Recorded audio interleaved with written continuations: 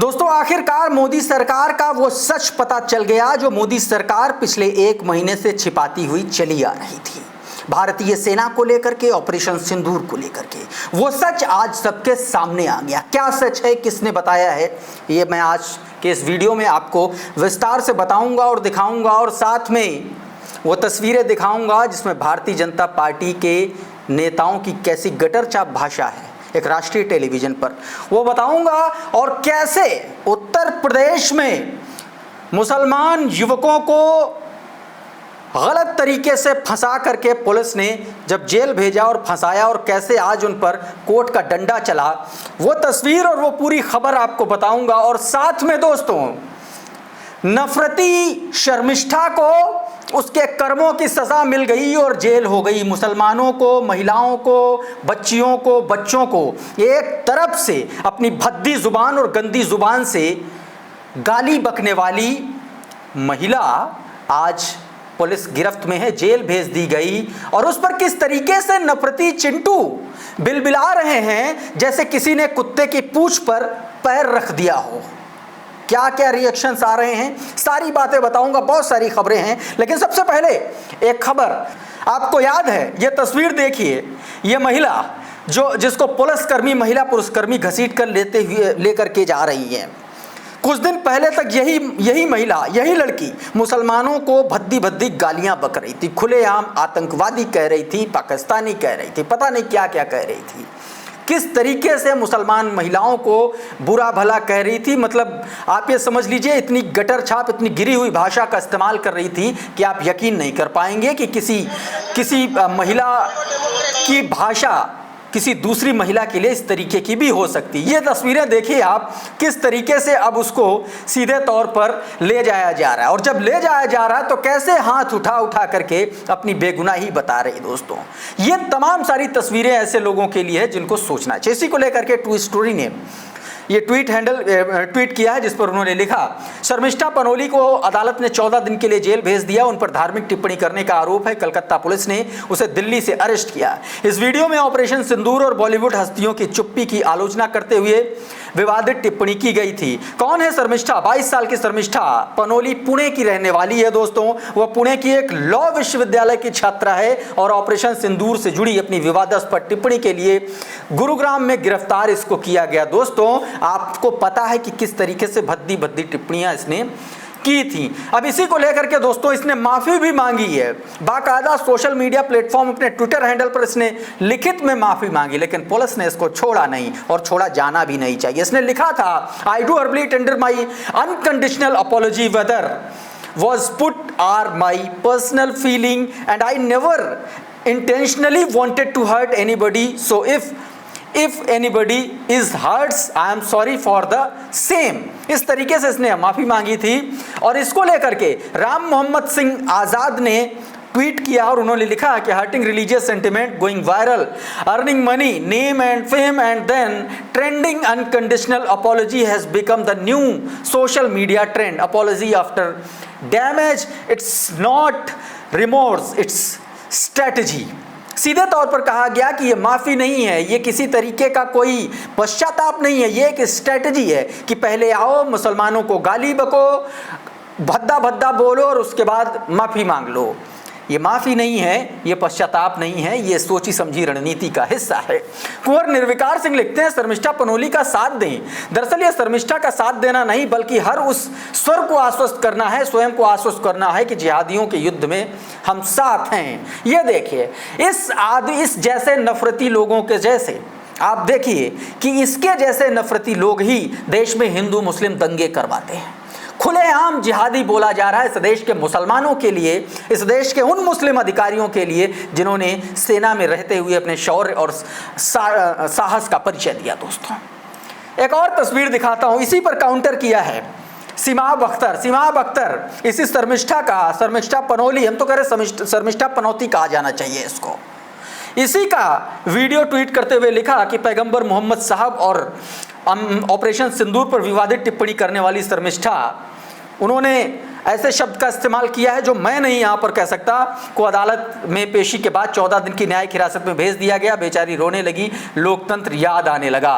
लोकतंत्र की दुहाई दे रही थी यह महिला, लोकतंत्र की दुहाई दे रही थी जो मुसलमानों को गाली बक रही थी। दोस्तों सीधे तौर पर मतलब इसको इस तरीके से चित्रित किया जा रहा है, इस तरीके से इसको प्रमोट किया जा रहा है जैसे ये कोई अपराधी नहीं बल्कि किसी देश की ये बहुत बड़ी कोई शूरवीरता का इसने काम किया हो। दोस्तों दीपक भारद्वाज इसी तरीके से लिख रहा है कि हिंदू शेरनी शर्मिष्ठा के समर्थन में बोलिए, लिखिए, सड़कों पर उतरिए, अन्यथा इस्लामिक आतंकवाद के कारण हमारी आने वाली पीढ़ी सुरक्षित नहीं रह पाएगी। इन लोगों को हिंदी नहीं लिखना आता है, हिंदी नहीं लिखना आता है। ऐसे जाहिल सड़क पर उतरेंगे और ऐसे जाहिलों से आप क्या उम्मीद करते हैं? इनको पता होगा कि क्या है आतंकवाद, आतंकवाद के मायने क्या हैं, इनको पता नहीं है। लेकिन ये जाहिल है, इनको कुछ लिखना है। हो सकता है 8वीं में 8 बार ये आदमी फेल हुआ हो, लेकिन इसको अपनी चुल मिटाने के लिए, मुसलमानों को गाली बकने के लिए इसको कुछ न कुछ भौंकना है। तो ये भौंक रहा है और भौंकेगा, भौंकने दीजिए। किसी दिन इसकी भी यही हैसियत होगी, यही स्थिति आएगी जैसी आज इस शर्मिष्ठा पनौती की आई है। दोस्तों अब एक तस्वीर जिसको आपको देखना चाहिए और सुनना चाहिए, ये बयान सुनिए। दोस्तों ये हमारे देश के CDS, chief of defence staff, army का सबसे बड़ा पद, अनिल चौहान का क्या कहना है, कौन सा सच खुलासा किया है, ये आपकी स्क्रीन पर एक बार देखिए। General, there's still one unanswered question since the incident between Pakistan and India, and that is whether or not Pakistan downed an Indian jet, or in fact more than that. Can you confirm? I think what is important is that not the jet being down, but why they were being down. But a jet, at least one jet was downed? Why they were. The good part is that we are able to understand the tactical mistake which we made, remedy it, rectify it, and then implement it again after 2 days, and flew all our jets, again targeting at long range, which I said. Pakistan claims 6 Indian jets were downed. Is it correct in that estimate? Absolutely incorrect, and that is not information which I said is important. What is important is why they were down. That is more important for us. And what did we do after that? That's more important. तो दोस्तों सीधे तौर पर अनिल चौहान ने यह कह दिया कि भैया यह सवाल नहीं है कि कितने जेट गिरे, यह सवाल है कि क्यों गिरे। इसका मतलब कि जो बात राफेल को मार गिराए जाने की हो रही है, जिसको मोदी सरकार छुपाते हुए चली आ रही, जिस पर पर्देदारी कर रही है, वो बात सच है और CDS ने इस पर मोहर लगाई है। दोस्तों इसी को लेकर के दिनेश पुरोहित लिखते हैं, सिंगापुर में जब भारत के chief of defence staff general Anil Chauhan ने से पूछा गया कि क्या पाकिस्तान से लड़ाई में भारत के लड़ाकू विमान गिरे, उन्होंने कहा कि हमारे लिए ज़रूरी सवाल ये नहीं कि लड़ाकू विमान गिरे, बल्कि ज़रूरी सवाल ये है कि आखिर क्यों गिरे और उसके बाद हमने क्या किया, ये ज़रूरी है। और अब दोस्तों बढ़ते हैं अगली खबर की ओर, जिसके बाद से ये पता चलेगा कि जो लोग मुसलमानों को आतंकवादी बताते हैं उनको ऐसे लोगों को क्या बताना चाहिए। तस्वीरें देखिए, ये तस्वीरें दोस्तों दरअसल ठाणे की हैं, महाराष्ट्र के ठाणे की हैं और ATS ने एक शख्स को गिरफ्तार किया है। इसका नाम है रवि वर्मा और इस पर आरोप पता क्या है, क्यों अरेस्ट हुआ है?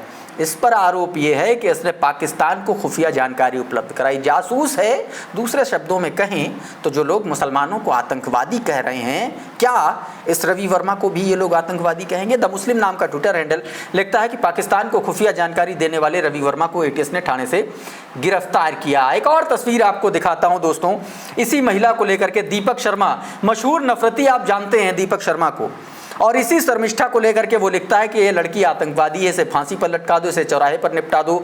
हाँ, इसने बहुत बड़ा अपराध किया है, इसने पाकिस्तानी आतंकियों के खिलाफ बोला है। इसकी हिम्मत कैसे हुई भारत में पैदा होकर मुस्लिम आतंकवादियों के खिलाफ बोलने की?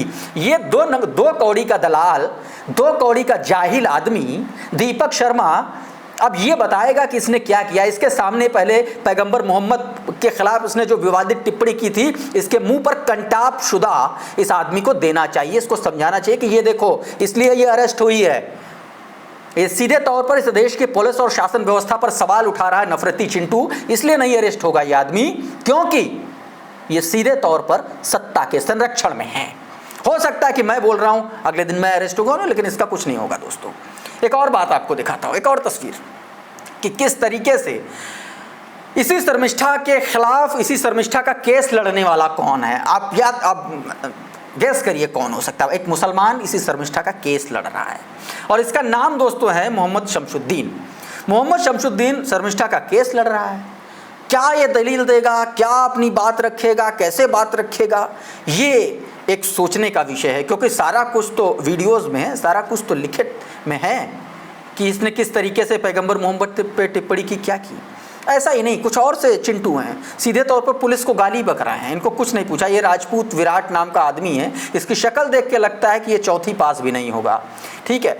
78 फॉलोअर्स हैं इसके ट्विटर पर और 78 फॉलोअर्स वाला नफरती चिंटू गाली बक रहा है, माँ बहन की गालियां बक रहा है कोलकाता पुलिस के लिए। और इसी को टैग किया द मुस्लिम ने, this user is from Bihar, Bihar का ये नफरती चिंटू है। और सीधे कोलकाता पुलिस को टैग करके, वेस्ट बंगाल पुलिस को टैग करके कहा गया कि इस नफरती पिल्ले की जल्दी से गिरफ्तारी होनी चाहिए। एक और तस्वीर मैं आपको दिखाता हूं, अब उत्तर प्रदेश के मवाना की।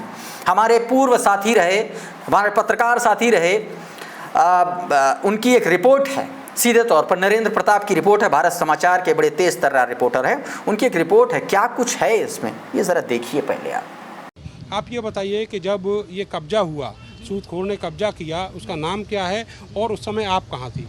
हम उस वक्त मेरठ आए हुए थे अपने छोटे वाले भाई की बेल कराने के लिए। उन्होंने ही उल्टा मुकदमा मेरे भाइयों पे करा रखा है, जिसके छोटा वाला भाई जेल में, हम उसकी बेल के लिए आए थे मेरठ में ही।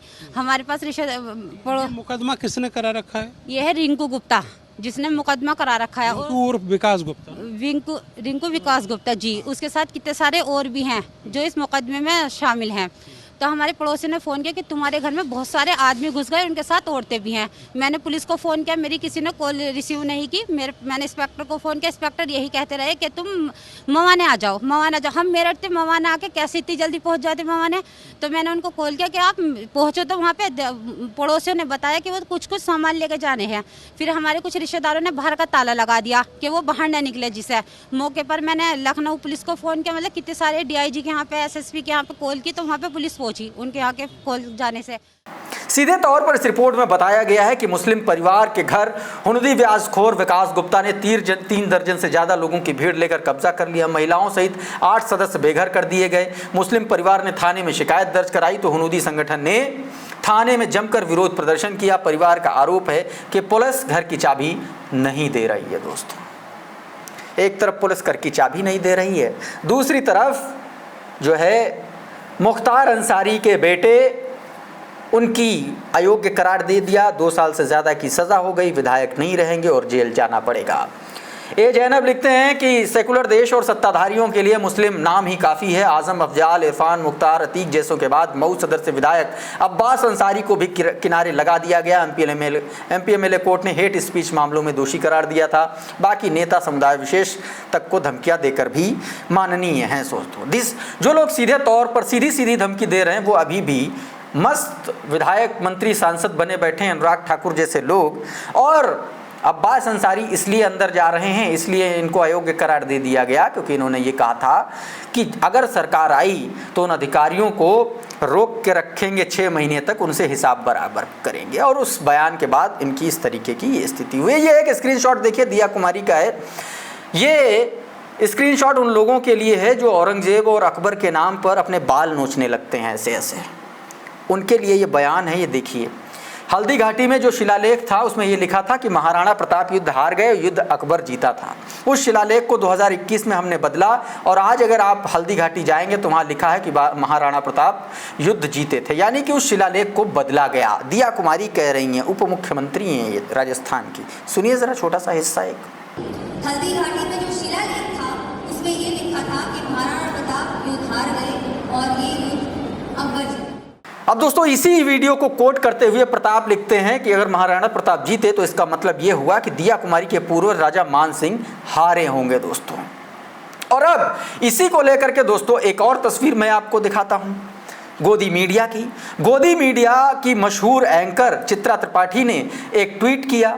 चित्रा त्रिपाठी ने अपने ट्वीट में, अपने वीडियो में ये लिखते हुए कहा कि कांग्रेस पार्टी फेक न्यूज़ का शिकार हो गई, घर घर सिंदूर नहीं बांटेगी बीजेपी, कांग्रेस ने दुष्प्रचार किया, सिंदूर पर झूठ बोला बीजेपी, सीधे तौर पर ये चित्रा त्रिपाठी कहती हुई नजर आ रही हैं। चित्रा त्रिपाठी की इसी गोदीगिरी की तुरंत पोल खोल दी जो है कांग्रेस के प्रवक्ता सुरेंद्र राजपूत ने। सुरेंद्र राजपूत ने भारतीय जनता पार्टी के एक प्रवक्ता का वीडियो चित्रा त्रिपाठी को कोट करते हुए उनके मुंह पर दे मारा के शर्मा, जिसमें बोलते हुए दिखलाई पड़ रहे हैं कि भाई साहब हम तो सिंदूर घर घर बांटने जाएंगे। सुरेंद्र राजपूत लिखते हैं कि ये रहा प्रमाण चित्रा दी, कांग्रेस ने नहीं भाजपा ने सिंदूर पर झूठ पे झूठ बोला। इसके बाद नेता हमेशा कह रहे हैं कि सिंदूर बांटेंगे। एक और तस्वीर मैं आपको दिखाता हूं भाजपाइयों की गाली गलौज वाली भाषा की। पहले ये देखिए, बिना कुछ कहे ये देखिए और अपने कान उसके बाद बंद कर लीजिएगा कि भाजपाई कितने निर्लज्ज होते हैं, कितने गटर छाप होते हैं। देखिए जरा। पाकिस्तान की भाषा बोलते हैं राहुल गांधी, जो सर्जिकल स्ट्राइक को खून की दलाली कहकर पाकिस्तान के तलवे चाटते हैं और उसका यूनाइटेड नेशंस में दुरुपयोग किया जाता है। और 8,000 एकड़ भूमि जो है 1965 का युद्ध जीतने के बाद 1968 में कच्छ को देने वाली इंदिरा गांधी, अरे तलवे तुम चाटते हो, तेरा बाप चाटता है, तेरी मां रंडी है, तुम्हारा खानदान। नहीं, मैं इस बहुत ही घटिया तरह की भाषा का इस्तेमाल हो रहा है। प्लीज इनका फेडर डाउन किया जाए। मैं खुद माफी चाहूंगा कि मेरी डिबेट में इस तरह के शब्दों का प्रयोग हो रहा है, मैं माफी चाहूंगा। ये बिल्कुल सही भाषा नहीं है। प्रेम शुक्ला जी और सुरेंद्र जी, क्या ये प्रेम शुक्ला नाम का ऐसा वायरस है जो लगातार टीवी स्क्रीन पर, न्यूज चैनलों पर गाली गलौज करता है, असंसदीय, अमर्यादित, मतलब आप ये समझ लीजिए कि नैतिकता के हर पैमाने को तोड़ता हुआ ये वीडियो। प्रेम शुक्ला के संस्कार दिख रहे हैं। ये आदमी अपने घर में भी ऐसे बोलता होगा, अपनी बेटी के सामने बोलता होगा, अपनी बहन के सामने बोलता होगा। कैसा लगता होगा दोस्तों, सोचिए। और ये बात इसने सुरेंद्र राजपूत के लिए कही है। सुरेंद्र राजपूत ने इसको जवाब दिया है ट्विटर पर भी। वो लिखते हैं कि माँ तो माँ है, सबकी एक जैसी होती, चाहे वो कांग्रेस वालों की हो या भाजपा वालों की हो। मेरी माँ हो या प्रेम शुक्ला की माँ हो, फिर भारत माँ, चाहे फिर भारत माँ हो। बहुत लंबा चौड़ा ट्वीट किया है, लेकिन प्रेम शुक्ला के इन शब्दों से आप समझ सकते हैं। अच्छा, इसी प्रेम शुक्ला के जवाब किसी दूसरे कांग्रेसी ने दे दिया, लेकिन थोड़ा सा मर्यादित, थोड़ा सा शब्द है। यहाँ पर जो है सीधे तौर पर दलाल तक बोला गया है।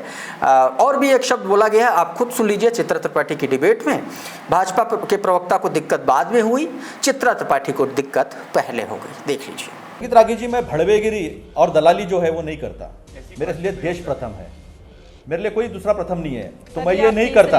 तुम्हारी जो बातें ना जो करना है आप कीजिए, इसी बात। और दूसरी बात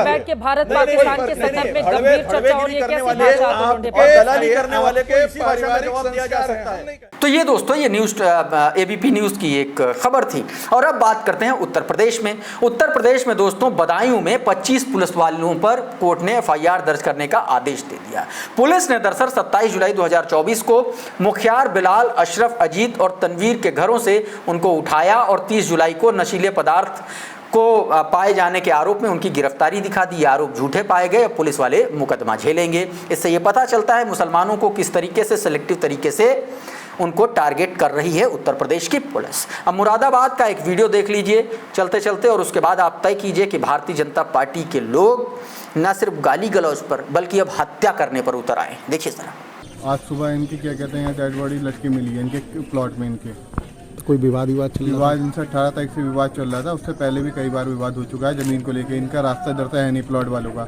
इन्होंने जबरन रास्ता खोला है 18 तारीख को। 18 तारीख को हमने पुलिस कंप्लेन करी, डायल 100 को भी बुलाया, कोई हमारी सुनवाई नहीं हुई।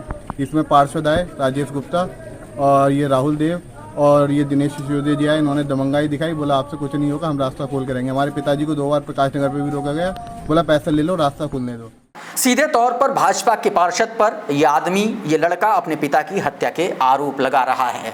इसका आरोप है कि मुरादाबाद के एक किसान की लाश जो है खाली प्लॉट में मिली थी और बेटे ने बीजेपी पार्षदों पर हत्या का आरोप लगाया है। दोस्तों, फिलहाल पुलिस ने शव को पोस्टमार्टम के लिए भेजा है। इस वीडियो में इतना ही। बहुत बहुत शुक्रिया, बहुत बहुत धन्यवाद। आप देखते रहिए द लाइव टीवी। नमस्कार।